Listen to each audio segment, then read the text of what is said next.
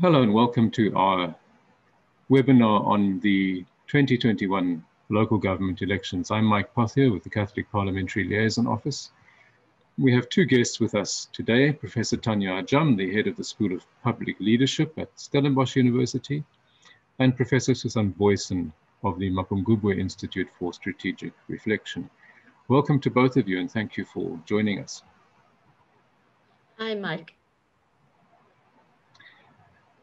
Let me begin with a question to you, Tania. With relatively few exceptions, our municipalities seem to be characterized broadly by two things. Firstly, a lack of capacity leading to failures in service delivery, and then chaotic finances. Looking at the first of these, what would you say are the key issues affecting the performance of local government structures, and what can be done to strengthen leadership and capacity at this level? Mike, before I go on, let me just make a small correction. I'm the head of public finance at the School of Public Leadership, not the director, who is Professor Zweli Ndevu. But moving on to your question, I'll first speak to the finance issues and then move on to capacity and how elections might impact on capacity. But I think that it's very important that when we look at municipal finance, we realize that there are basically two sets of drivers which are impacting on municipal finance. The first is systemic and largely external to municipalities, which relates to their fiscal capacity. And then is the more familiar fiscal effort, fiscal management issues, which are more internal, and those are within the ambit of the municipality's influence. So when we look at municipalities' financial health, we have to realize that there's a very skewed distribution of economic activity throughout the country. We have pockets of affluence and pockets of poverty and unemployment. And no matter how well run a municipality might be, it is not in a position to influence those underlying factors. When we look at the local government fiscal framework, we see that the equitable share, which is the grant that most poor municipalities rely on to survive and deliver services to their communities, and district municipalities depend on almost exclusively, that has really grown at about 2% for the last 6 or 7 years. Whereas if you look at costs, these have been allowed to increase. So when you look at wage settlements, which are centrally bargained, when you look at the bulk cost of water and electricity, these have increased at much faster than inflation. And so there is a squeeze on municipalities, which will affect even the best run municipalities. At the same time, because of the national economy being so slow, in recession even before COVID, and now even worse, municipalities have seen increase in indigent households who cannot afford to pay and therefore have to receive basic services. And even average households are facing affordability constraints. So there are limits to the extent to which municipalities can increase their rates and tariffs. On top of that, there have been a lot of legislation and court cases which have imposed unfunded or partially funded mandates on municipalities, which do not come with commensurate funding. So those are the broad systemic issues. But then there are also how the municipality manages its own base. Does it try to optimize the base it has, no matter how small? Does it meter accurately? Does it send out bills? When it spends, does it spend properly according to supply chain management, or is there misappropriation or fruitless and wasteful expenditure, etc., etc.? So those account for what we're seeing now in terms of the finances. And when we look at capacity, it's also complex because we really do have a lot of skills shortages, especially in small and rural municipalities. But it's also complicated because we have deployment of cadres who fall far short of the competence requirements of municipalities. And so we end up paying quite high salaries relative to the market and not getting the skills and also the ethics that we need in order to deliver the services that we need to deliver.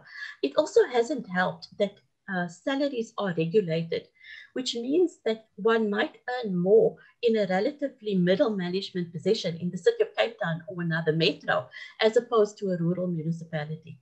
So whereas before, this would be the pipeline of skills, that isn't there anymore, because why relocate to a rural area where you're not getting paid more and you're taking on more responsibilities? And so I think that our other guests will be able to speak more about the impact of elections. But elections do have a massive impact on the administrations of municipalities.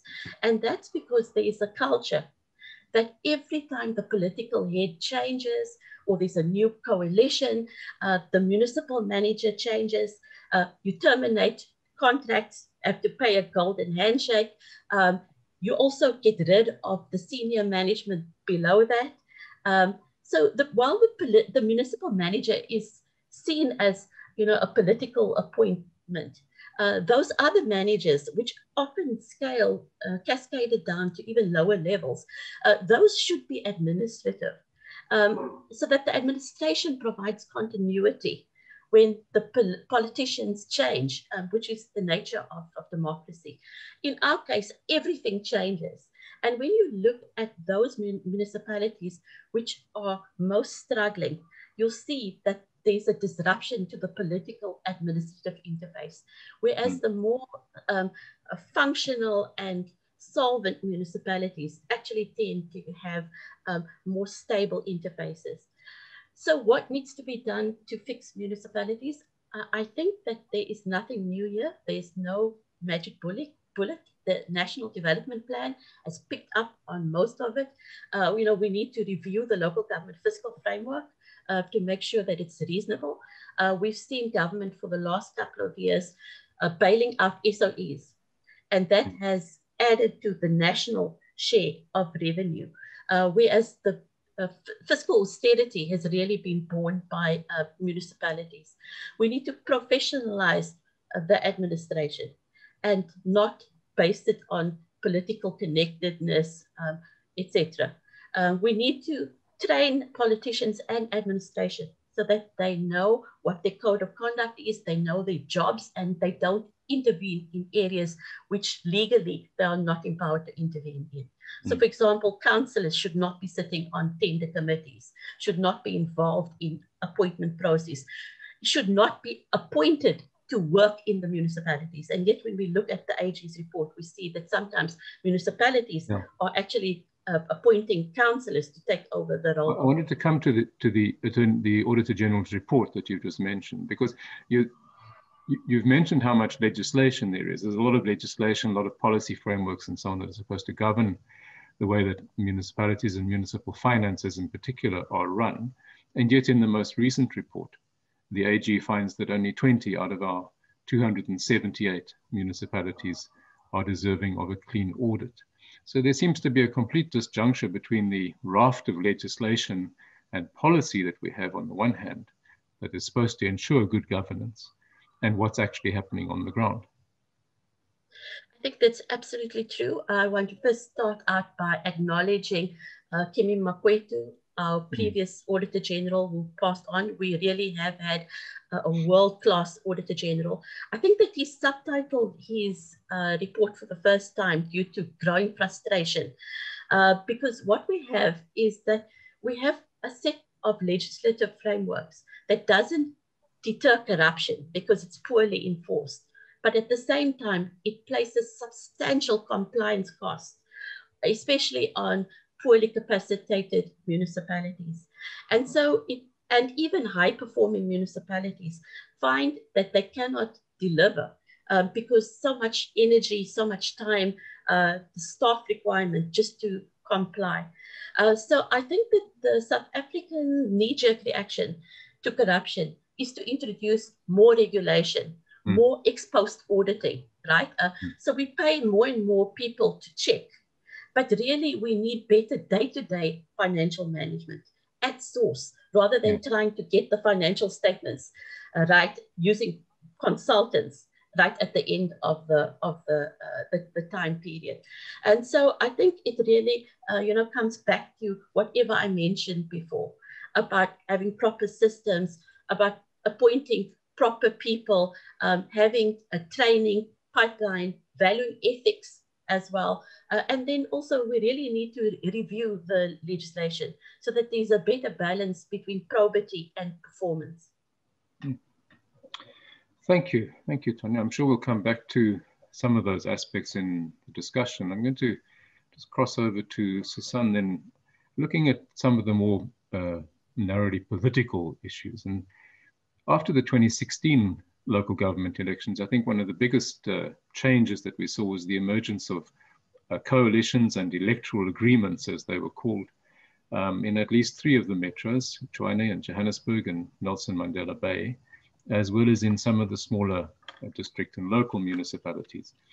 And there was even some speculation that, you know, if it worked at that level, the next thing might be we'd see coalition governance at provincial level, and who knows, maybe even nationally one day. How do you assess how this experiment has worked over the last 4 or 5 years?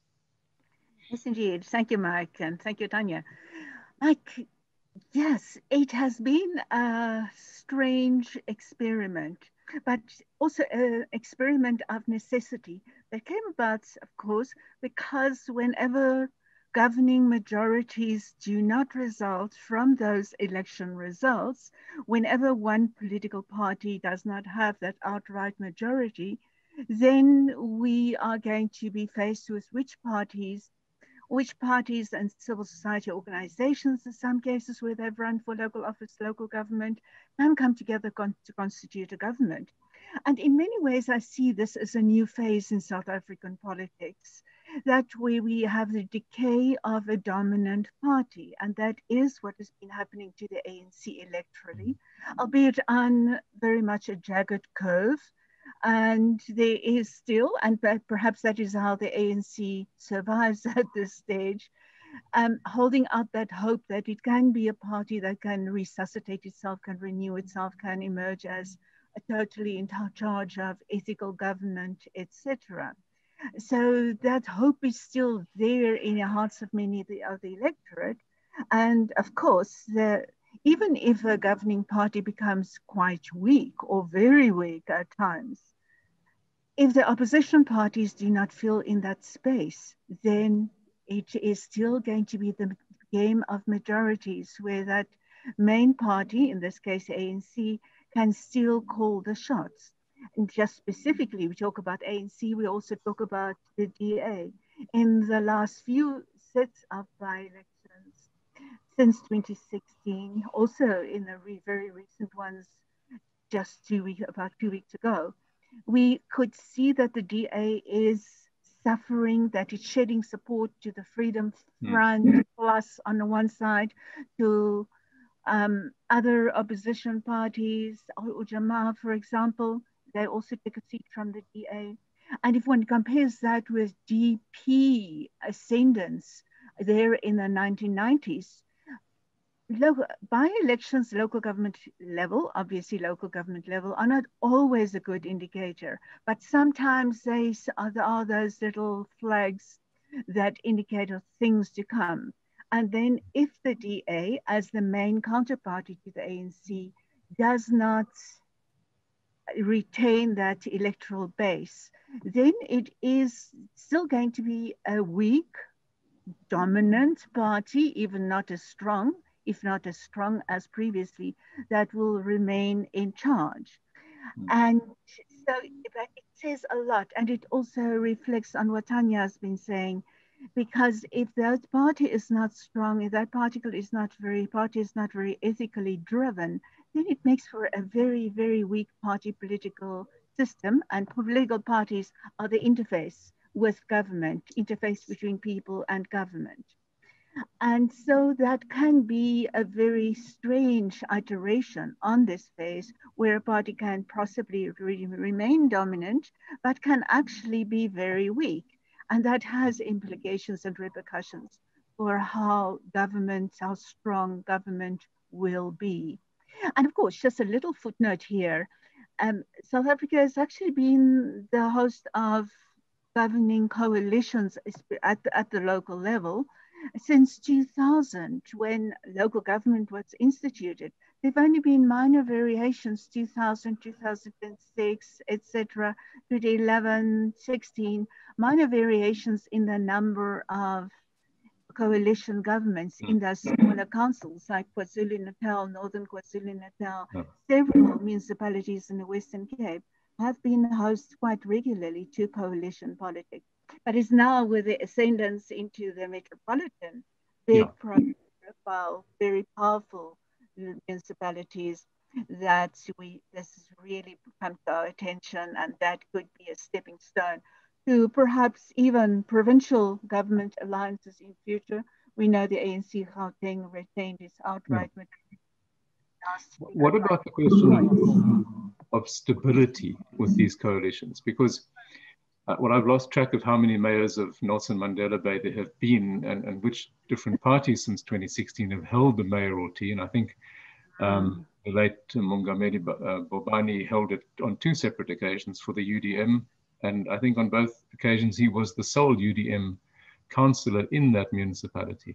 And we've seen almost a game of ping pong in 1 or 2 in Tshwane as well, the DA in and then the DA out and then going to court and the DA back in and so on. Is instability an inevitable feature of this kind of governance? Inevitably, yes, unfortunately. You know, especially in the type of coalitions that we see are predominating in South African politics. And those are minimal coalitions in a broad way, ideologically driven for some parties at some stages, definitely not consistently. When we have coalitions, and this is the theme that comes across very strongly in the book that I'm editing for Mapungubwe Institute at the moment on coalitions, in some instances, and when ideology and politics are the driving force in these coalitions, they can be quite persistent, they can be quite strong. But however, in South Africa, we have seen that they are largely driven by, there are minimal coalitions being constructed only just to make that 50% point. And then when that happens, they become much more unstable. And because small little parties can influence it, can bargain for, we've seen so many cases of that, mayoral positions, and that makes for high levels of instability, turnover. Political parties can sway one councillor and the whole balance in a council can change. So that is very important, that instability, and that is the biggest drawback, because an advantage of coalitions can be that they create unity, consensus generation. They could even have been, if we think back in 1994, South African national politics, that government of national unity was a type of a coalition, very consensus building, reconciliatory. However, that is not always the case, and seems not to be the case at all in local government coalitions in South Africa, where it is about power, privilege, perks, possession. And that has very important implications for democracy and democracy in South Africa, because it reduces democracy, which is supposed to be a representative, accountable government, from that's linked to the people, accountability linked to the people, to simply being a trade-off game between elites. And that is inherently unstable. Just looking ahead briefly to next year, one of the potentially interesting aspects will be how the new party, Action SA, that has been started by Herman Mashaba, himself a mayor of Johannesburg under a coalition agreement, how that party does, and I suppose also some of the other smaller ones, but he has really put nailed his colors to the mast as really wanting to make an impact at local government level. That's how he has really floated that party. So just in broad terms, do you expect very much of that? And what do you think are any of the other discernible trends at this stage, a year ahead? Yes, Herman Mashaba's party, he's certainly pitching it at a certain level, and he could really do damage, I believe, to the DA. If we look at the leadership core of people, largely people like, including people like Feki Mentor and the Ajam people, etc. Excuse me. They have been, they could jointly make an impact, I think, largely on the DA, take away from the DA, and then also perhaps a sprinkling from ANC. ANC, of course, is a party where it is actually an internal coalition, where it's a coalition of between factions of that party, a party that cannot dare to split again at this stage, because that will almost inevitably push it below the outright majority 50% level in elections. So the ANC is that kind of internal coalition, or let's call it an alliance as well. But come to elections, and Herman Mashaba, or should there perhaps be another party forthcoming as well? We do not see signs of that at this stage. And now would be the time for a party like that to start stepping into the limelight about a year before the elections. In absence of that, these could be the players we have. And as long as these parties take away from the bigger parties, coalitions are indicated as the continuous name of the next game. And that doesn't bode well for stability and for coherence. Instability, bargaining for positions, bargaining for control over lucrative, contract-rich, procurement-rich sections in those municipalities. That is, unfortunately, that name of the game, and where accountability to the citizens suffer. Thanks, Susan.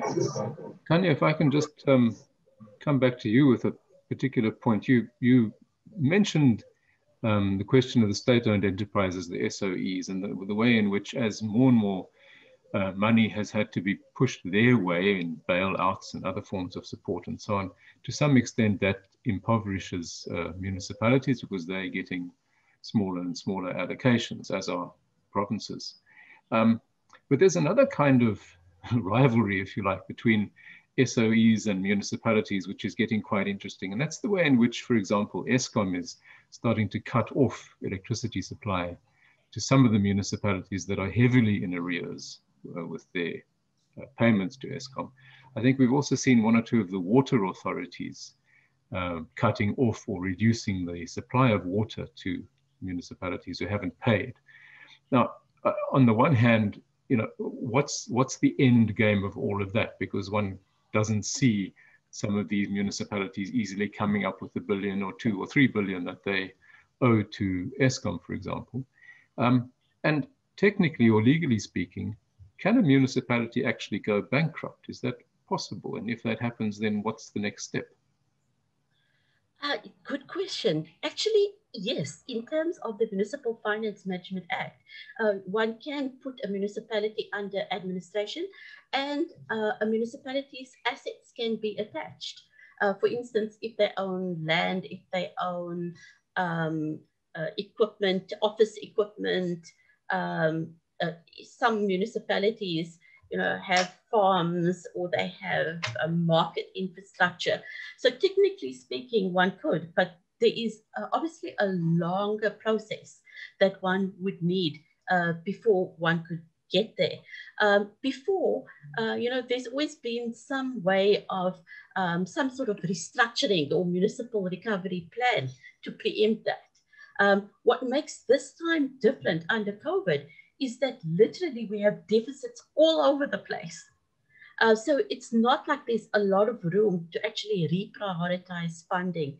So I think that, you know, the immediate pressure on state-owned entities is to find funding, alternative funding to save themselves, because now bailouts aren't as easy to get as what they were in the future. But I think that it's going to force us really to examine the issue of socioeconomic rights.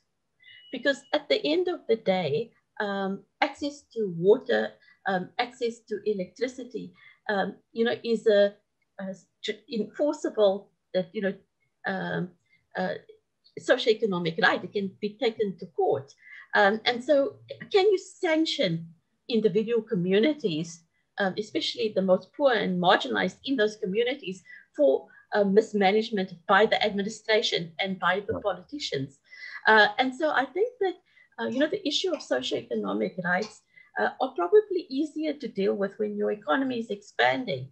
But I think that now that we are in a period of fiscal consolidation, I think that really now it's the commitment to socioeconomic rights and how we prioritize that basically needs to come to the fore. So we need to make sure that we aren't cutting our social wage in order to achieve deficit targets, etc. Those cuts must go to where the fat is, not for basic service delivery.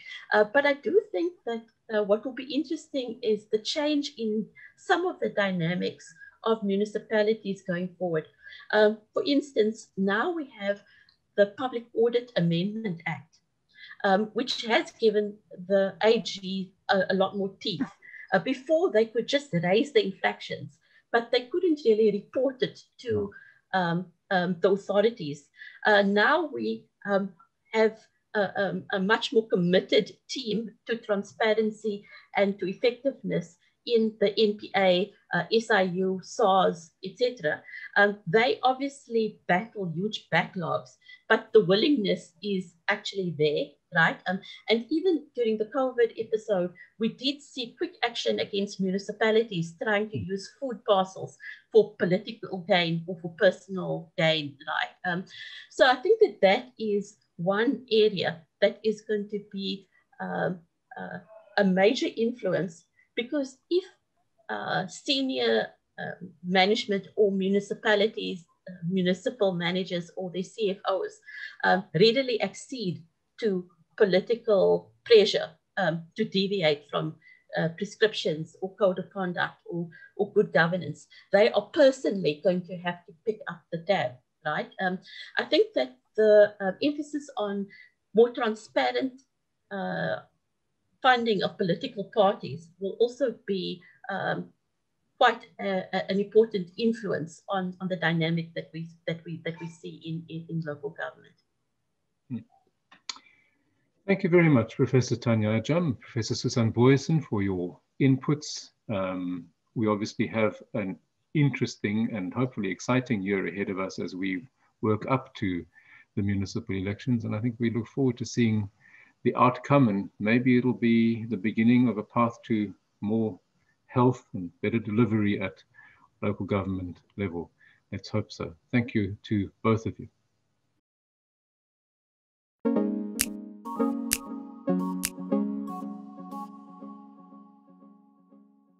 Please sign up for our newsletter at cplo.org.za.